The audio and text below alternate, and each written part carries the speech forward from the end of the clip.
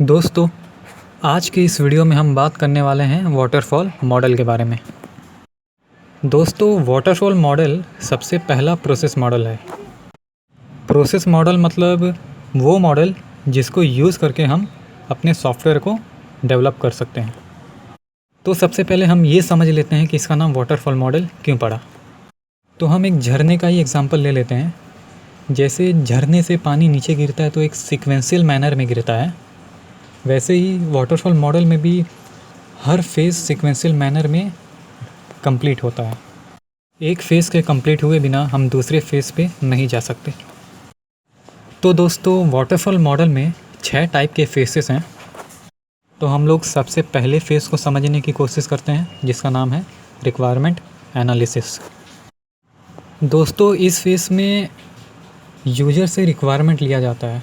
जैसे कि अगर मैं एक सॉफ्टवेयर डेवलपर हूँ, तो मैं जिसका सॉफ्टवेयर बना रहा हूँ, जैसे कि यूज़र, तो मैं उससे सारी की सारी रिक्वायरमेंट ले लूँगा। जैसे उसे कौन से फंक्शंस अपने सॉफ्टवेयर में चाहिए, उसका लेआउट कैसा होगा, डिज़ाइन कैसा होगा, कैसा दिखेगा सॉफ्टवेयर, ये सब जानकारियाँ ले लूँगा ताकि फ्यूचर में प्रॉब्लम ना हो।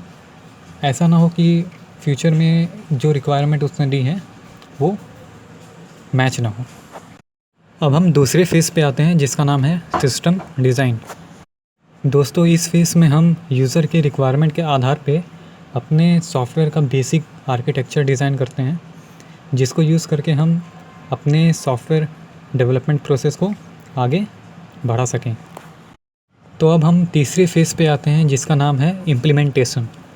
तो दोस्तों, इस फ़ेज़ में एक्चुअल जो कोडिंग है वो यहाँ से स्टार्ट होती है। जैसे कि हमारा जो आर्किटेक्चर हमने डिज़ाइन किया था, उसको यूज़ करके हम यहाँ पे कोडिंग अपनी स्टार्ट कर देते हैं। हम छोटे छोटे प्रोग्राम्स बनाते हैं और यूनिकली हम उन प्रोग्राम्स की टेस्टिंग करते हैं, ताकि हम ज़्यादा से ज़्यादा एरर फ्री प्रोग्राम बना सकें। तो अब हम चौथे फ़ेज़ पे आते हैं, जिसका नाम है टेस्टिंग।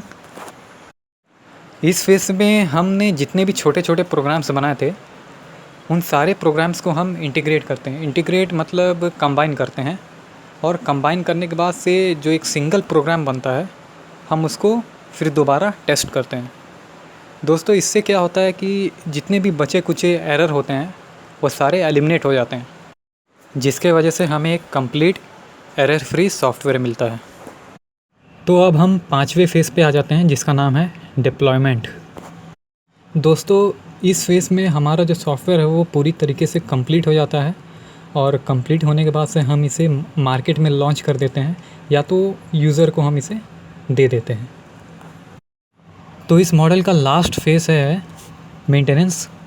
इस फ़ेज़ में जो भी यूज़र हमारा सॉफ्टवेयर यूज़ कर रहा होता है, अगर उसे कोई भी प्रॉब्लम होती है हमारे सॉफ्टवेयर से, जैसे कि अगर हमारा सॉफ्टवेयर लैग करता है या तो कुछ एरर क्रिएट हो जाती है हमारे सॉफ्टवेयर में, तो हमें उस प्रॉब्लम को फ़िक्स करना होता है, और फ़िक्स करके वो सॉफ्टवेयर हमें यूज़र को दोबारा देना होता है। तो इस फ़ेज़ में मेंटेनेंस, सॉफ्टवेयर को मार्केट में लॉन्च करने के बाद भी हमें मेंटेन करके रखना रहता है, ताकि यूज़र को कोई भी प्रॉब्लम ना हो। तो दोस्तों, आज हमने सीखा वाटरफॉल मॉडल के बारे में, कि वाटरफॉल मॉडल कैसे काम करता है, और इसको यूज़ करके हम अपने सॉफ्टवेयर को कैसे डेवलप कर सकते हैं। अगर आपको ये वीडियो पसंद आता है तो प्लीज़ मेरे चैनल को सब्सक्राइब करिए।